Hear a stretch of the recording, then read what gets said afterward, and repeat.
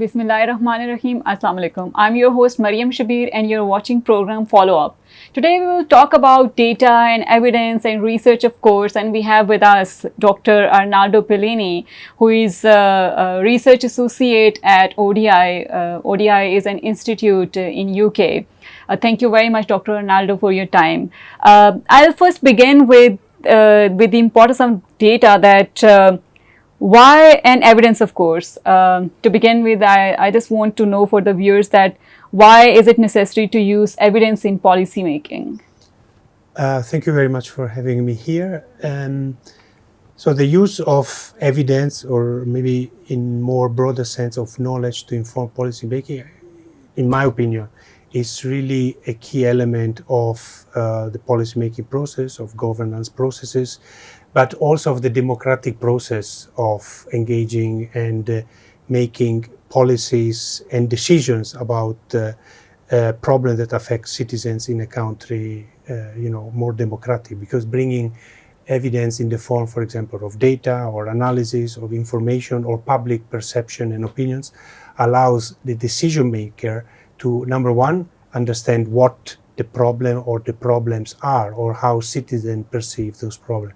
And number two, to respond to with measures that are correspond to the problem, for example, in sectors like education and health, and trying all the time to improve the provision of those public services.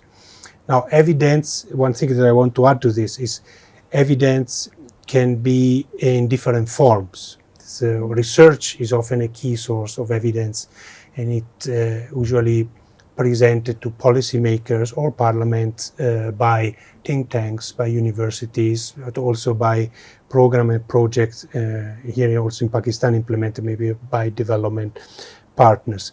There are also other forms of evidence that matter in terms of informing the policymaking process, in addition to research-based evidence, and they refer to for example, the monitoring data that even the government agencies themselves collect on a regular basis. Mm-hmm. If you think about data about students, enrollment, dropout, attendance of girls in education, etc. Evaluation of policies and programs is another form of evidence, which is very important because it will tell decision makers what worked, what didn't work, and why. And there is more and more, in my opinion, a new source of evidence that is very important for policy decision, which is linked to digital technologies, and in particular the fact that so many people and very much growing very rapidly access social media platform from which one can derive a lot of or important information about people's perception, but also bring citizens closer to the policy making process. Mm-hmm. So you were talking about this fourth industrial revolution, which world is of course talking about. What is the importance of data in digital age? Because we see that there are a lot of problems of privacy as well. Data privacy is, of course, citizens' right and everyone's right living in any country. How do you see this problem? So first of all, digital data is a key element of the fourth industrial revolution. That's the future. I guess it's already the present we are in, mm-hmm. and will be more and more the future. At the seminar that we had here at SDPI last Friday, I was telling how the number of individuals who access internet, and we are talking about billions of people, is rapidly growing. So the time from which you move from, let's say, 2 billion to 3 billion of people who have access to internet was, if I remember correctly, 3-4 years. Now to move from 3 billion to 4 billion, it took just 2 years. So it's really a very, very rapid, change, which means what? Means that it's possible to extract from platform, as I mentioned earlier, from social media, but also the use of smartphone like you have there on the desk and so on, a lot of information about people behaviors, and gives also, going back to the first question, opportunities to interact and express also in a more direct way what issues and problems maybe citizens feel. Now, the question that you have is I'm talking here about the positive side, the good things that can come of it. So a better informed decision-making process. But there is also the other side, which is related to issues of privacy and making sure that nobody in this digital society is kind of exploited or is kind of not benefiting from better access to services and the facilities that digital services provide. Now, at the seminar, I was giving an example from the government of New Zealand, which we're talking a few years back, maybe 4 to 5 years back, was grappling to this question. So there is a very big opportunities and potential behind data for the New Zealand government, both in terms of economic returns, but also in improving the services that government and agencies at different level of the bureaucracy provide to their citizens. Mm-hmm. Okay, that's fine. But how do we make sure that the negative sides, so privacy, etc., don't undermine this benefit? And the New Zealand government established a commission which was addressing the issue or studying or had the mandate over a period of 2 years to engage, number one, in research and then public consultation around data innovation for public policy, for citizens.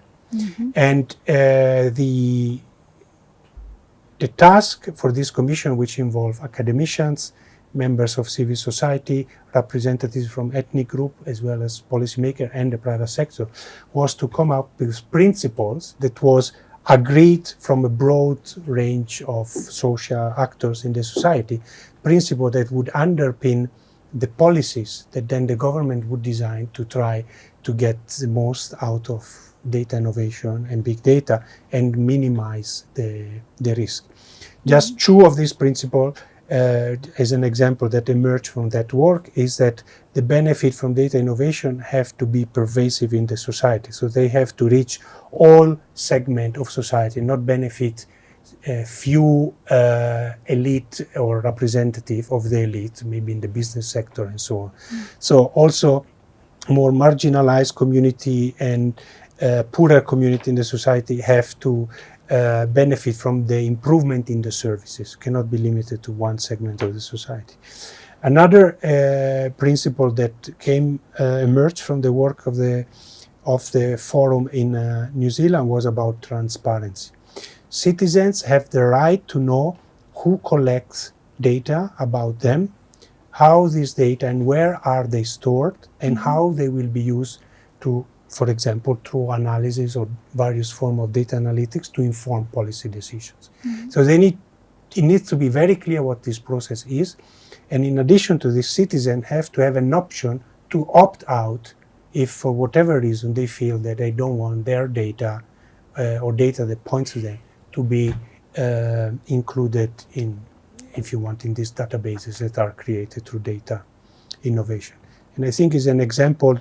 The New Zealand example is very inspiring in the sense that you see a government that doesn't jump into the great opportunities that are provided by big data and data innovation, but actually stops for a moment, thinks, what do we want as a society, as a nation out of this? How can we benefit? How can we minimize the risk and then move forward? So this was the case where New Zealand government is using data for the betterment of citizens, of course. But the problem over here in Pakistan we see is that either for different segments we don't have data at all, or if we have data, we don't have access to that, even citizens. So do you have any case study or example where citizens or the relevant stakeholders try to dig out data and how they overcome such problems in your career? No, I have direct example, they don't come to my mind now, but I have example where the possibility to bring into, let's say, in this evidence system also data and data analytics to inform policy decision, but therefore requiring to go and collect data from individuals and their also behavior, life, and so on. can create problems, and we have touched on it. The other issue that has come up, for example, in work I've been doing during 2014 and 2017 when I was in Indonesia working in a program aimed at improving policy decision making through different types of evidence. The program is called Knowledge Sector Initiative.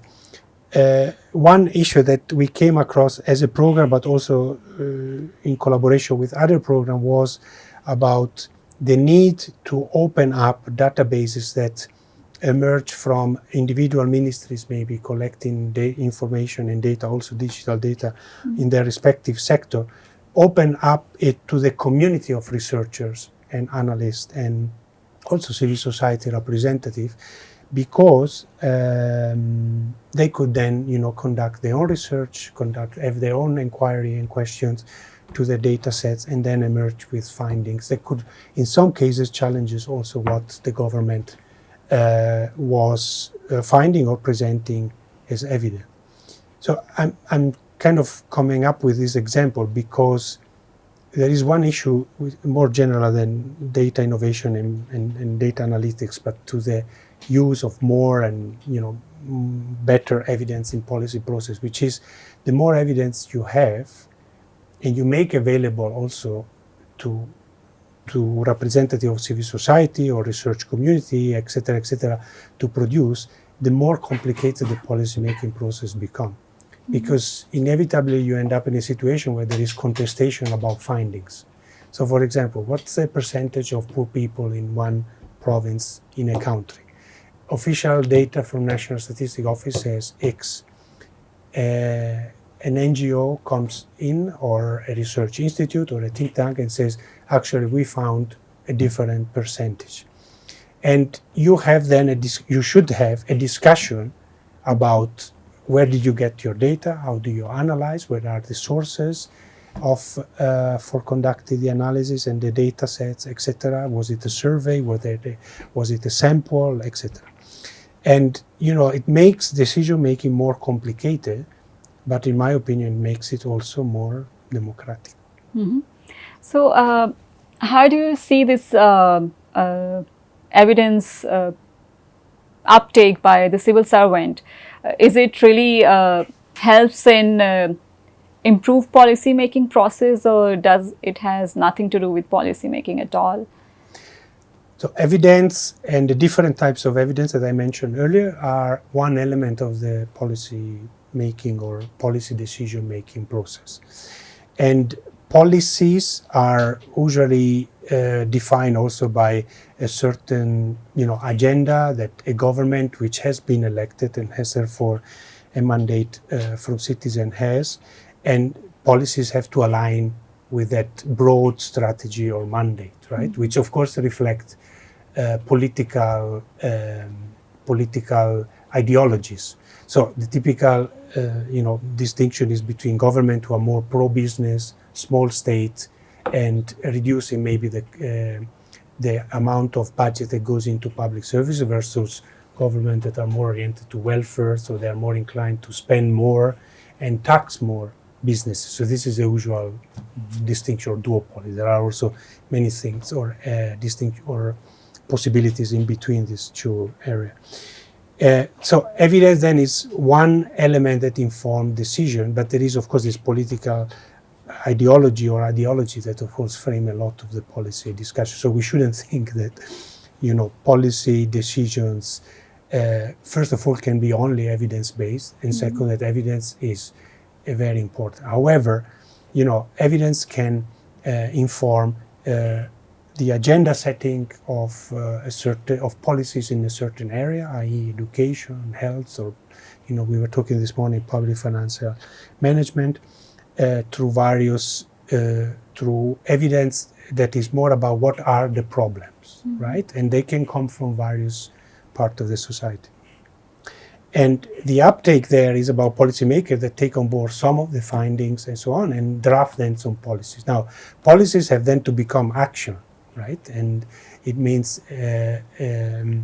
that the responsible individuals, unit, department in the bureaucracy have then to deliver to implement those policies. That is when you have different types of evidence that comes into play, right? So how are we doing in improving schooling or access to school? So there are more a type of evidence there that is about monitoring data, quick analysis, and so on. And if the systems are in place, a quick uptake can help to adjust the direction of certain policies or public programs. And when a policy and program come to an end, evaluation is a type of evidence which of course becomes very important, and it answered the question, how did we achieve what we wanted to achieve? Yes, no, and why?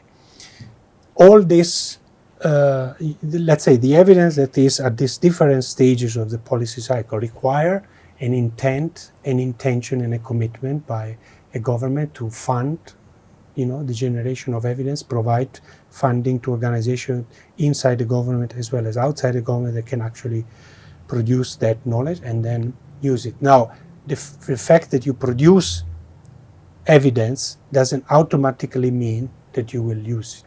So there is always a separation between the availability of evidence, so the findings are on the table, and the judgment that the individual make in their head about, okay, now what I decide, and the decision they make about this. A quick example on this, or in equipping civil servants with some awareness about the importance of evidence, comes again from the project, the Knowledge Sector Initiative. I was involved in Indonesia, where one area of activities of the program, which was more about the demand and use and understanding of evidence to inform policy process, was done through the National Academy that trains civil servants. So a few years back in Indonesia, there was a big bureaucratic reform that instituted for the first time a new role in the public administration, in the bureaucracy, which is the one of the policy analyst. So these are individuals which are at national level, in province, and also in district, in agencies, right? And they have the role to a dual role, either quickly digest, facts, figures, number, and pass it on to their more senior colleagues to make decision about services or problems in services, etc. But they have also a kind of important role to conduct policy analysis to inform strategy development and programming by those departments, which then means budgeting, right, and financial resources. And the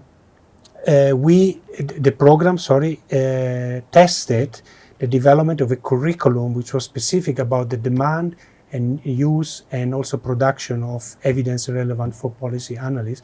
And we had a period of 2 years where there was a testing of this curriculum with a cohort of the new policy analysts that would then enter the public administration. It was kind of junior level public servants, but they will then move up in the bureaucracy and in the public administration, and hopefully bring with them this awareness of the importance of evidence to support their decision-making process. So it's just an example to say that there are various entry points to try to strengthen the uptake, and this was one example.